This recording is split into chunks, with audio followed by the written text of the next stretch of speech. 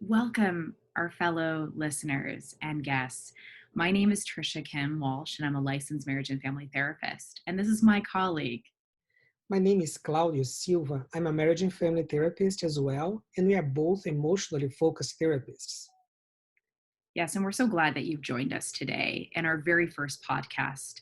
We're going to be talking to you about the importance of attachment theory and how it has an incredibly powerful impact on your romantic relationships as well as the way you experience everything in life. And this is so important. And the name of our podcast is Deepening Your Love During Time of Crisis. And we recognize that all of you, like ourselves included, are in this time of crisis. And we want to help you to better understand how you want to show up, not only for your life, but also for deepening the connections of the people that matter the most in your life. So please, without further ado, let me begin with our discussion on attachment theory, which begins with the founder and theorist of attachment, Dr. John Bowlby. And I'll let my fellow colleague Claudio talk to you a little bit about attachment theory. Yes, Tricia.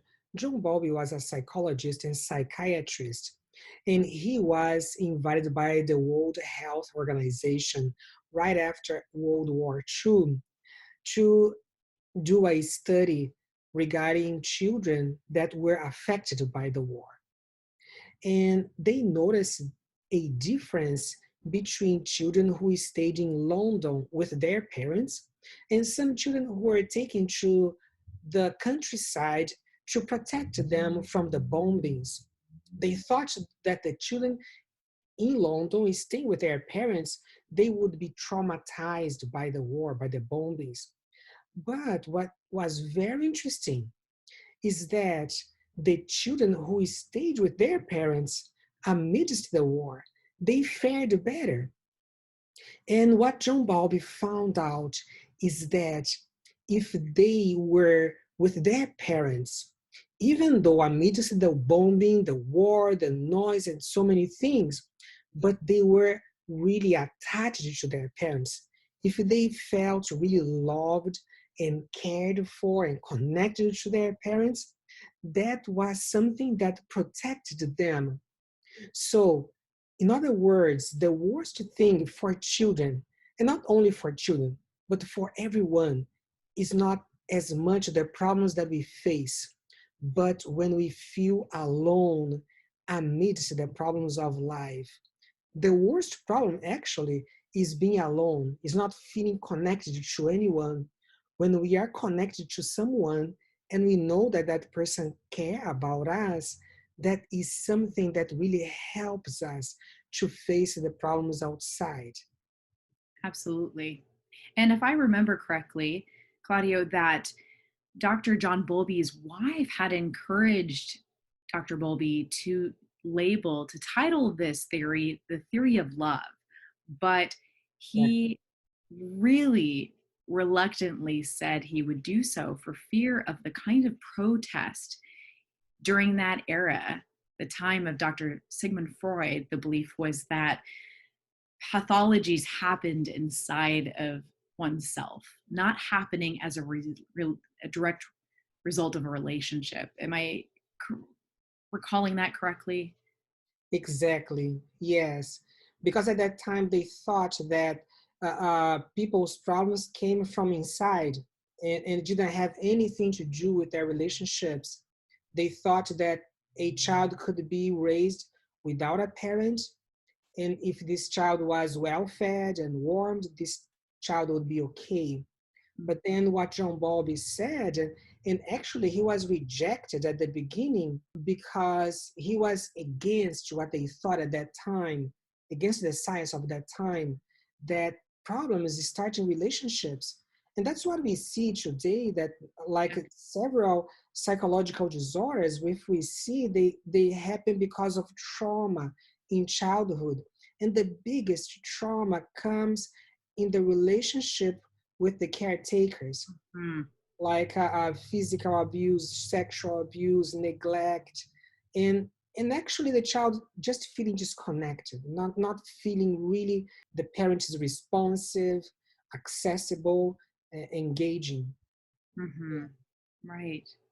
And I'm wondering if this might be a good opportunity for us to transition for our listeners and viewers on what actually can happen in connection of caretaker, parent to their child. And there's a video that we are really encouraging our viewers to watch to see how this dynamic of everything we're talking about attachment theory actually happens in the development of a human child right away. That communication, that response of being able to explore the world, but making sure that it's a safe place to be in with that contact comfort.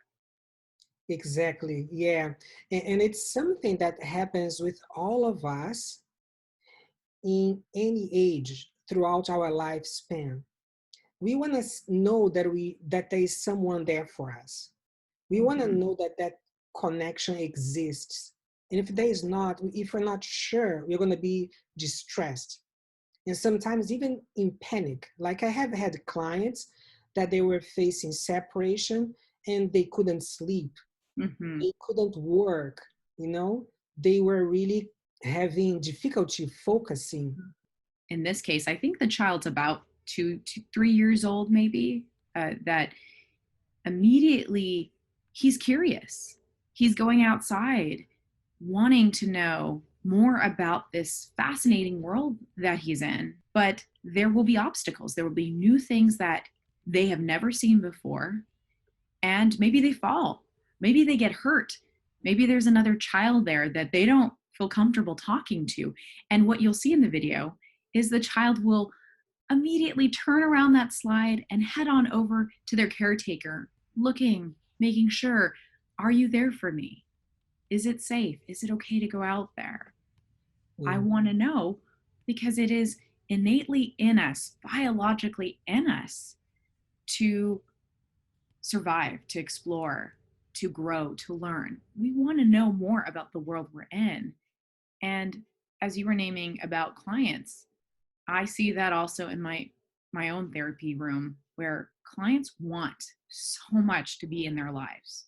They want to explore, they want to be alive, but they also want to know that it matters to someone in their life. That could be family, that could be their partner, that could be friends. But if they don't have that someone to go to, then suddenly the world becomes a very scary, cold, untrusting place. And we see that in this video. We're excited for you to watch it. And we'd invite you, as you're watching it, take out a sheet of paper, take a writing utensil, write out your emotions. What comes to mind? What are you feeling when you watch this video? Share it with a friend, share it with a family member, even with your partner about how does this video make you feel? Can you relate to it? How do you relate to it? Yeah, and what I would mention, Trisha, is how in every age that we are, we have this ebb and flow. We have this thing of like exploring, kind of Mm, going out and yes, coming back. So there's a pace. And yes. when we see this video, we see that the child gets to the park with the mother. Mm, When the child feels secure, the child goes to explore. yes. And what's interesting is that the child is checking on the mother all the time. Mm-hmm. The child looks back to see if the mother is there. The mother is the source of security. If the mother is not there, the child doesn't feel secure to explore. So, and then after a while, the child comes back. So the people who are listening, they might have seen this in their own children. Mm-hmm. Sometimes parents feel bothered that their children look for them, but that's very, very normal. That they come back and they check on the relationship. Are you there for me? Are we Absolutely. connected? Do you have my back? Mm-hmm. And then in this video, it's so interesting because the mother hugs the child, picks up the child. So all of that is very nurturing, Mm-hmm. very reassuring. And then the child knows, okay, I am loved. I feel secure in this love. It's so interesting because affection, Right. affection and love makes us feel secure, makes us feel confident. And the child goes again to explore. So, Right. what is very important to see is that this happens with us as adults as well. It never stops happening. Absolutely does. For a child, is something kind of quick in some way, right? The child goes and comes back and goes and comes back. And this is what is hard for some parents to understand a child. Some parents, they want the child to stay in a room quiet, right? Right. But No, not going to happen. yeah, they need to They're ready. always check on the connection. Now, for us as adults, we Yes, can stay longer. We that's can right. go to work, right? We can do our things at work. Mhm. And what's very important to see is that when we know Mhm. that, when we are confident Yes, that we have that person who loves us and yes, is connected to us, we have that energy, motivation, we are able to focus. The same thing happens with children at school. When they have that connection, that strong connection with their parents, they are able to focus, that's right? right. At school. Concentrate. So when they are not sure, they have difficulty concentrating. And this is what I told you, that I have helped clients that they are going through separation. That's They right. cannot focus. It's hard for them to focus, to concentrate, because they are all the time thinking about the relationship. There is Mhm. no confidence in the relationship. Mhm. There's And an efforts to resolve. And we also see this in the Dr. Edward Trodnick experiment called the still face experiment. And I thought maybe we could briefly talk about this phenomenon, this mother and their child, and the dance that happens between the two of them in a very clearly demonstrated secure attachment. Mother is playing with her baby, enjoying her baby. Her baby is cooing back and forth with her.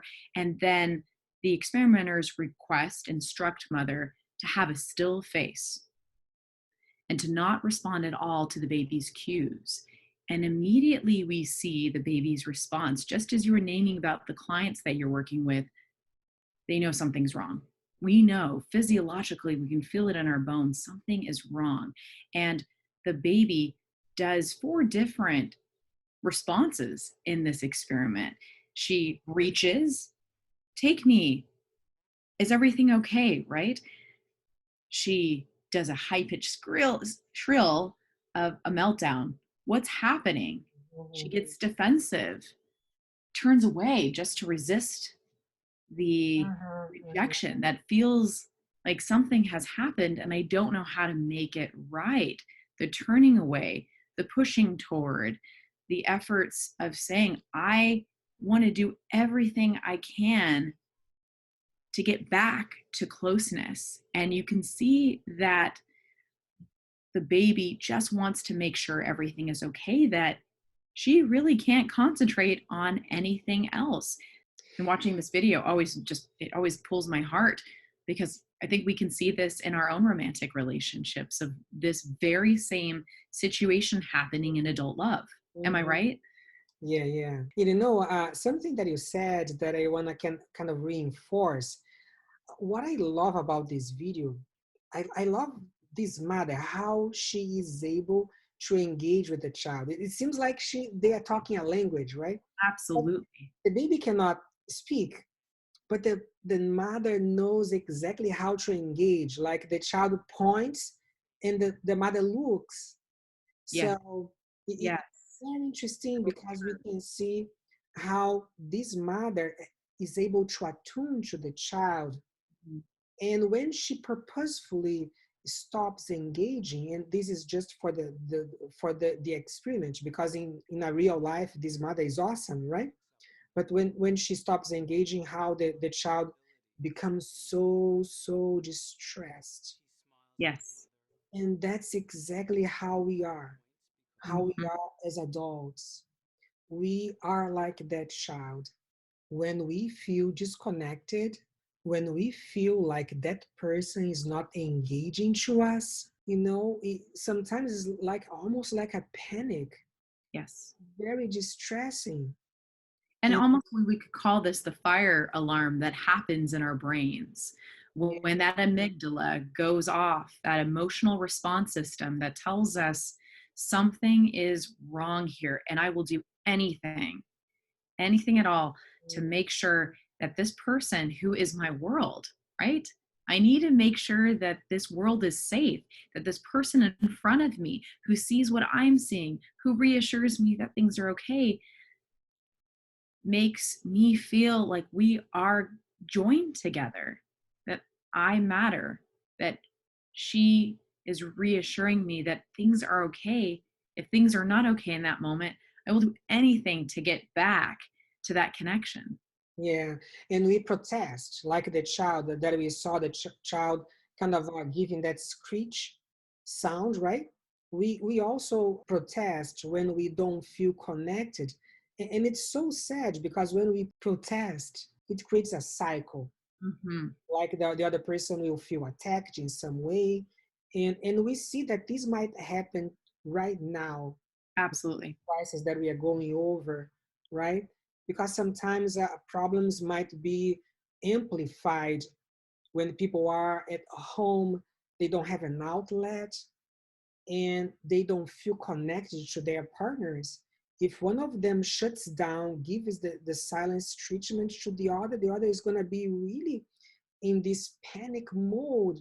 It's so hard to be with someone who doesn't connect to us, who is not really engaged, who doesn't know how to attune to us. Right? Yes. And it's so sad that if we don't feel that and we scream, like have that screechy sound, if we protest, then we have a cycle. And we have heard, like in China, because of those 2 3 months that people were couldn't get out of home, and there were a lot of separations, a lot of people seeking divorce in a rate that they have never seen before, because it's hard sometimes for people if they don't feel connection. This is why, right, Trisha, we are doing this podcast, because we want to help people during this difficult time, how they instead of kind of having problems and disengaging and having arguments, how they can actually deepen their relationship, deepen their love, use this time as a stepstone to improve their relationship, right? Exactly, exactly. And that's why we're so glad and so honored to share this experience and share this information with you on our very first podcast, focusing on attachment theory and why we feel it's so important while you're in this time of confinement in COVID. We're going to help you each podcast, each video, to help you better understand what may be happening right now in your homes as you are trying to create connection, because we're confident that you are. And just like that baby in the video you'll be watching, you're going to see what you might be doing. You may very well see yourself in that. So, our invitation is after this podcast, take out your journal, write out your thoughts, see what you're doing. Are you reaching? Are you protesting? Are you turning away and getting defensive? Pay attention to that, because the next podcast that we're going to invite you to come in, we're going to talk about those positions. We're going to be talking about attachment styles. So each podcast is going to be building on the last one. So please tune in, share this with a friend, a colleague, a family member, your partner. Sit down with your partner. And we really appreciate you sending your request of topics you'd like us to discuss so that we can really make sure you're reminded we really are in this together. It is about us all coming out of this experience stronger, more connected, more confident, because love is what makes the world go round here. And we're proud to be a part of this experience with you. So thank you for tuning in, and we will see you next week. Again, this is Trisha Kim Walsh, licensed marriage and family therapist, and my wonderful colleague. Claudia Silva, also marriage and family therapist. Thank you. And we will see you next week. Thank you. And be safe.